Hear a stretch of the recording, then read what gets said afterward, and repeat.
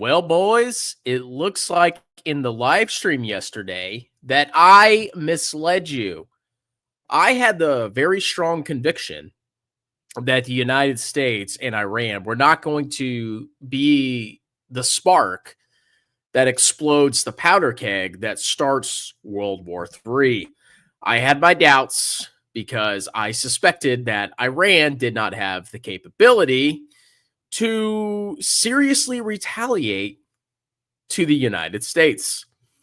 And unfortunately, I was right. So, what we're going to do today is we're going to catch up on some news because there was just an attack on Americans. Yes, there was actually an attack by the Iranians on the Americans. We're going to see what happened with that attack. We're going to go look at Marco Rubio's comments about what America's plan for Iran is. We're going to check out some of Donald Trump's Truth Social posts, and then we're going to see how the stock market is reacting to all this. You can always watch the stock market, and it tells you what all the participants in the market in general feel about this whole situation. And last but not least, we're going to check the price of oil because oil is the big thing here. Iran threatened to close the Strait of Hormuz or however you freaking call it. 20% of the world's oil supply goes through that. The big country that gets a lot of oil through the Strait of Hormuz is China, not America. So if Iran actually cuts that off, they're going to hurt their own economy because they're an oil exporter. And they're going to piss off China, which is normally an adversary of the United States. But I think the Chinese would be a little upset if a lot of their oil got cut off because the Iranians decided to cut it off. So there was an attack on Americans today. And this attack, had it been successful, could have potentially gotten rid of some American soldiers. And I'm glad that nothing happened to the soldiers.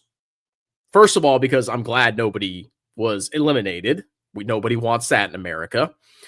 And number two, if anybody was eliminated by this attack, that was an American soldier, I think this really would have set off a massive overreaction by Donald Trump. I think Donald Trump would have rained down hellfire on Iran had this attack actually harmed any American soldiers. So let's watch this clip and see what happened at the Al Udeid base.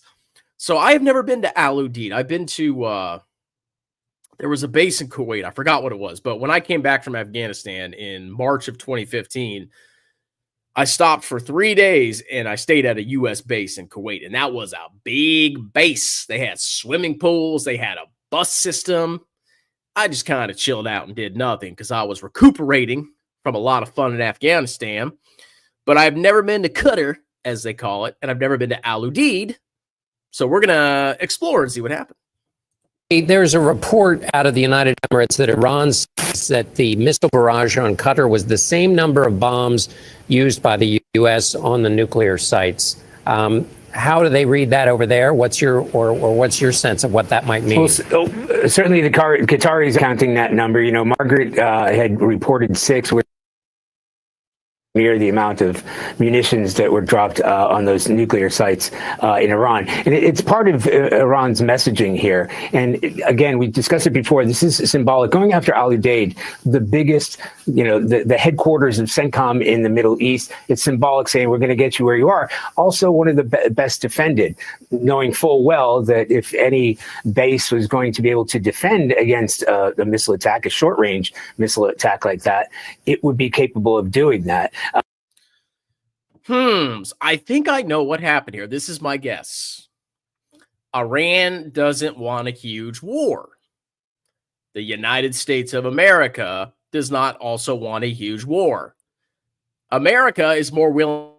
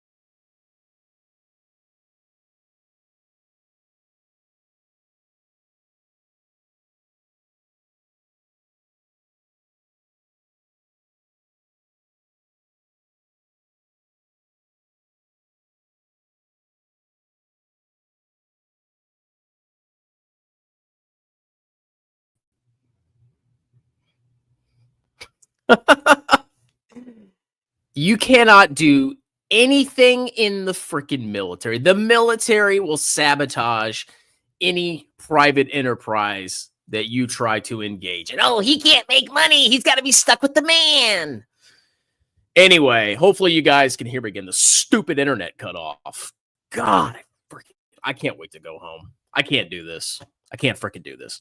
Anyway, that just ruined the whole freaking stream. But what were we talking about here? We were talking about how Iran launched these missiles as a symbolic gesture, knowing full well that the Americans would shoot them down.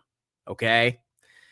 The Iranians don't want to get their cheeks clapped. So they can tell their people that they retaliated and they don't basically further the war. So it might actually end at this point. I'm not 100% certain, but America did their strike. Then Iran counterattacks. We're all good now. 1 for 1, right? Even though America did more damage. But of course, they probably have state propaganda that can say that we defeated the infidels. Let's keep watching. And as we've discussed before, all of these bases throughout the Middle East have already been, on high alert and reinforced with beefed up surveillance. This is ahead of the attacks in Iran. And you mentioned Bahrain. The reason. Oh, and let me interject here. This would be really shady, but it could also be possible. Iran could have even warned America that this was going to happen.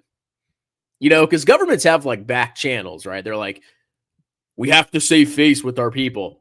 We're going to launch X amount of munitions at this location at this time. And America's like, got it. Go ahead, do it. And then they shot him down. That's possible. It sounds conspiratorial, but you'd be surprised what kind of stuff goes on in the background.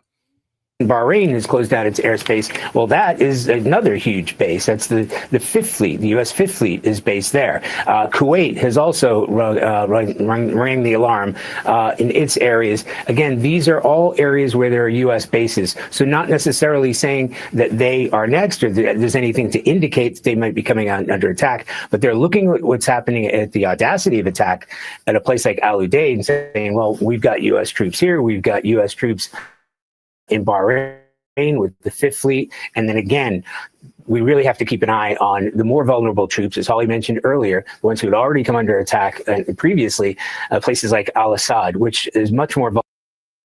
Trust me, if the Iranians had wanted to, they could have eliminated some U.S. troops. Okay, I bet you they're more capable than this. But they'd rather do a shadow. They prefer shadow wars or proxy wars, because in a proxy war, you have deniability and you're not expending your own soldiers to fight it. So I think if they actually wanted to damage America, it would have been a lot more severe than this. Okay, that's just my humble opinion. Now, if Trump attacks again, which he might, knowing Donald Trump, I would be surprised. But I would not rule that out because I have tried to predict things that Trump will do before, and the dude is unpredictable. You cannot predict what Donald Trump is going to do. And I think he kind of gets off on exercising military force. Vulnerable to attack because they simply do not have the kind of air defenses that you might see at a place like Al Udeid and in Bahrain with the Fifth Fleet. Right. So I think we have to look at the nature of this attack, whether this is the beginning. The Qataris are saying that all of the missiles were intercepted without anybody getting injured. We're still waiting to hear from CENTCOM to see their reaction to it. But remember, CENTCOM is not just worried about Al Udeid. They're worried about every single base in that region. So they're going to have. Yeah, and they're probably not going to attack them. It's possible, but they're probably not. Hopefully it ends here. It's highly possible. Have their hands full, and I understand why they're probably a little bit busy at the moment. Charlie Daggett, what we were seeing there before the map was the activation of the air defenses in Qatar. Interesting video there, gentlemen. So, apparently, I got this little short here we're going to watch if it wasn't deleted when my internet went down. Apparently, the U.S. is all about regime change. So, when you hear the word regime change, that usually means ground invasion. Okay? We did regime change in Afghanistan. The Taliban were harboring Al-Qaeda. Al-Qaeda plotted attacks on America. After the attacks were done, America said, give up al-Qaeda. The Taliban said no. So we went to Afghanistan and we worked with the Northern Alliance, some tribesmen up in the northern part of Afghanistan. We dropped in some special forces and we helped the tribesmen with air power to defeat the Taliban. We basically crushed them in a couple of weeks. It was a very almost like a lightning war. And that is what resulted in regime change in Afghanistan. We put a little bit of boots on the ground, and then slowly it built up. Same thing happened in Iraq. Okay, we decided to invade Iraq in 2003, and we executed regime change, but that requires boots on the ground. So the suspicion is Trump wants this huge war with Iran, and we're going to have boots on the ground, bro. It ain't going to happen. I would be blown away if we actually put boots on the ground because we don't need to.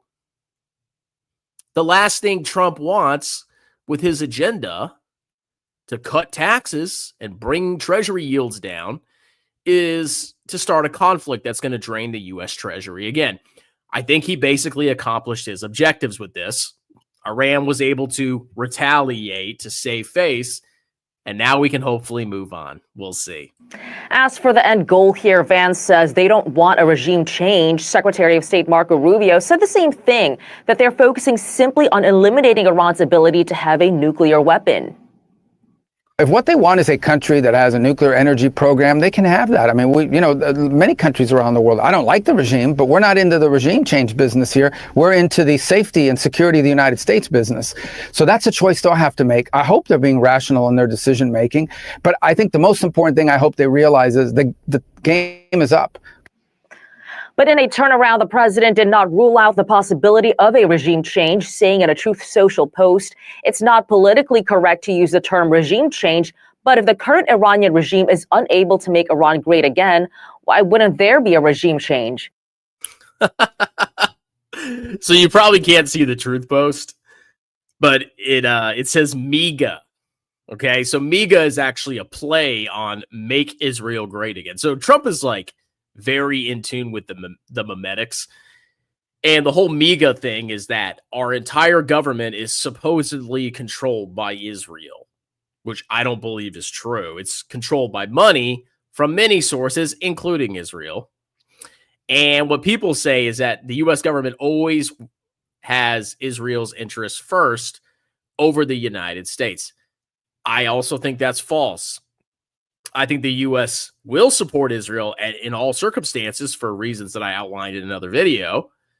But Israel's priorities are not number one compared to America's. I highly doubt that. Okay. But Trump is playing on the meme here. And instead of saying, make Israel great again, he's saying, make Iran great again. But you heard it from Marco Rubio right there that, they're not necessarily looking for a regime change. And I actually believe them. Now, if there's some kind of revolution in Iran, I'm sure America would be supporting it, right? But the last thing anybody wants after we just ended these two crappy wars is to actually put boots on the ground. We can't win. And guess what? Nobody's behind us. So when we went into Afghanistan and when we went into Iraq, we actually had a coalition. We had partners. Who's going to be with us for Iran? The Willy Wonkas, the British? I don't think so. If they are, they'll only commit a couple thousand soldiers at the most. We can't do it. Okay? We have other priorities in America, and I think Trump understands that. MEGA. MEGA. All right, so let's go check out some Trump tweets. So apparently, I guess people are saying the sites were not totally destroyed in Iran. So he posted on Truth Social, the sites that we hit in Iran were totally destroyed, and everyone knows it. Only the fake news would say anything different in order to try and demean as much as possible. I mean, honestly, if the sites weren't destroyed, we'd probably hit them again. And even they say they were pretty well destroyed. Working especially hard on this falsehood is Allison Cooper of Fake News CNN. Dumb Brian Roberts, chairman of Concast. This is grade A American comedy, people. Johnny Carl of ABC Fake News, and always the losers of, again, Comcast, NBC Fake News. It never ends with the sleaze bags in the media. And that's why their ratings are at all-time low. Zero credibility. So basically the media is full of crap. He's 100% right on that. I'm not saying Donald Trump is perfect, but the media is full of crap. I have learned not to watch any news media from legacy media. I don't watch CNN. I don't watch MSNBC. I don't watch Fox News. I don't watch OWN or whatever it's called. I don't watch any of that crap. It's all propaganda, either for the Republicans or against it. If you're watching media, you're getting your brain rotted by propaganda. Doesn't matter if it's left or right wing. It's all garbage nonsense. So I actually agree with him. They're probably dropping half-truths. That's what the media does. They like to twist the truth. They're little slimy worms. And I think if the sites were not destroyed, if they're actually fully operational, I'm sure they would go after them again because they were serious enough to attack them in the first place. So if they weren't destroyed, they'd probably do it again to make sure they were actually destroyed. That's my humble opinion, okay? I don't think they just dropped these bombs for no reason. All right, so we got another post here. Let's see what Donald Trump has to say about Iran's retaliation. So Iran has officially responded to our obliteration of their nuclear facilities with a very weak response. Yeah, that was probably planned to save face, which we expected. That's right. And have very effectively countered. There were 14 projectiles fired. 13 were knocked down and one was set free because it was headed in a non-threatening direction. Oh, yeah, it's going to Yemen or something. Who cares? So they had a weak response, which was expected because it was to save face. Because if they actually had injured a lot of Americans, that would have been a serious problem. I am pleased to report that no Americans were harmed. Shocker. And hardly any damage was done. Most importantly, they've gotten it out of their system, and there will hopefully be no more hate. Yes, now we're going to go back to proxy wars. We're not going to go back to these direct confrontations. Now we can go back to the status quo, which was proxy wars on both sides. I want to thank Iran for giving us early notice. I called it. I did not even know he was going to say that. Of course they did. They saved face. They wanted to save face, which made it possible for no lives to be lost and nobody to be injured. Man, I'm a genius. Perhaps Iran can now proceed to peace and harmony in the region, and I will enthusiastically encourage Israel to do the same. Thank you for your attention in this matter. Donald J. Trump, President of the United States of America. Oh, really? I didn't know that, Trump. Thank you. So exactly what I said. By my geopolitics course, bro. It was all to save face. So this is all going to calm down, right? And then he's got another post here. I'd like to thank the highly respected Emir of Qatar for all that he has done in seeking peace for the region. Or is it Qatar? People call it Qatar. Why can't we call it Qatar? That sounds more logical to me. Regarding the attack today at the American base in Qatar, I am pleased to report that in addition to no Americans being deleted or wounded, very importantly, there were also no Qataris deleted or wounded. Thank you for your attention in this matter. Okay, we're all good now, right? Right. And then he posts, congratulations, world. It's time for peace. And I honestly think we're going to go back to peace. Okay. And then I guess he's going back to dumping on Gavin Newsom or something. So, of course, you know, if World War III was actually happening, I think the stock market would probably have a sell-off, right? The market was up. The S&P 500 was up like 1% today. Let me check VT. How much was VT, my ET, up today? My daddy, my baby, my God, my king. Let's see. So as I check this phone, VT was up 0.95%. VTI, the total US, is vertical lining in the aftermarket at 1.28%. International stocks are up 0.76%. QQQ was vertical lining at 1.48%. And the Russell 2000 was up 1% today. So that totally looks like the end of the world, right? Let's look at some country ETFs. Yeah, basically America and China, it looks like, went up the most today. Wow, looks like, oh my God, we were right at the edge of World War III. No. Oh, but Israel controls us, bro. Did my computer freeze again? I think my computer froze again. I don't even know if you guys can hear me anymore. God. It's military internet for you. Well, hopefully you can hear me. Hopefully this thing unfreezes itself. Let me open my live stream to see if I'm frozen.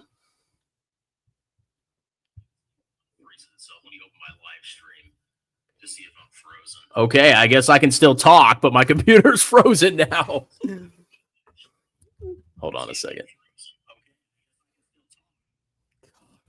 This is so annoying. Like, this is the problem with the military. I mean, I'm in the military, but everything IT freaking sucks in the military. Everything. So the reason my internet went out, and I just figured this out. I'm in a hotel on the base, and in the hotel, you have to like sign into the Wi-Fi. So of course, what they do is they kick you out after a week. So I've been here exactly a week. I was like, oh, I wonder why they kicked me out. Because earlier today, I had internet on my phone. I was signed. I had internet, had no problems for a full week.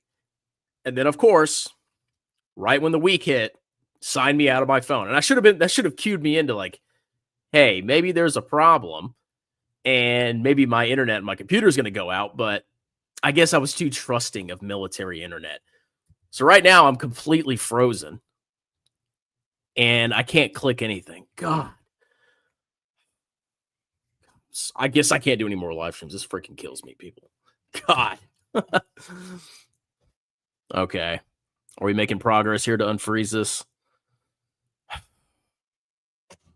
I just want decent internet to do a crappy live stream. That's too much to ask for the military. And of course, the best thing about StreamYard is even when your freaking computer freezes, the stream just keeps going. So, so what I was going to show you after this was the price of oil, which I think dropped like 1.25% or something like that. So I think this is basically blown over. That's my humble opinion. Okay. So WW3 is not in the cards. I guess I'm going to have to shut down my computer, turn it back on, and then cut off the live stream that way. What a freaking disaster. I'm sorry I can't read any comments. I'm completely frozen. I'm staring at my screen while the live stream goes. But that's just the way it is. So I guess going forward, I'm going to upload freaking videos. Anyway, thanks for tuning in. Consider joining the memberships. $4.99 a month. You get unique videos just for members. Only members can see them. And I prioritize responses to comments in videos and on live streams. When live streams work, I will be out of this base in the next couple of days. And I'll be back in my beautiful home in Virginia where I actually have decent internet and I can actually use my good camera. So thank you for tuning in. The stream's probably going to cut out. I got to try to shut my computer down because it's completely freaking frozen. And you guys have a wonderful night.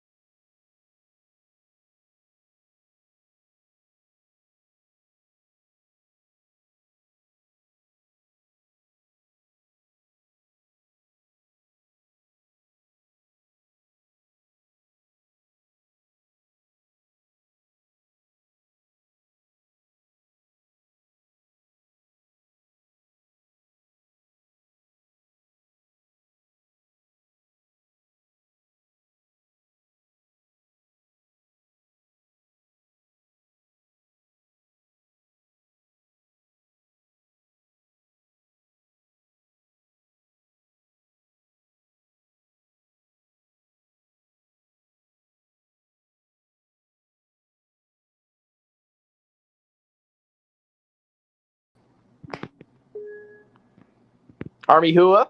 All right, I think I'm going to end the stream now.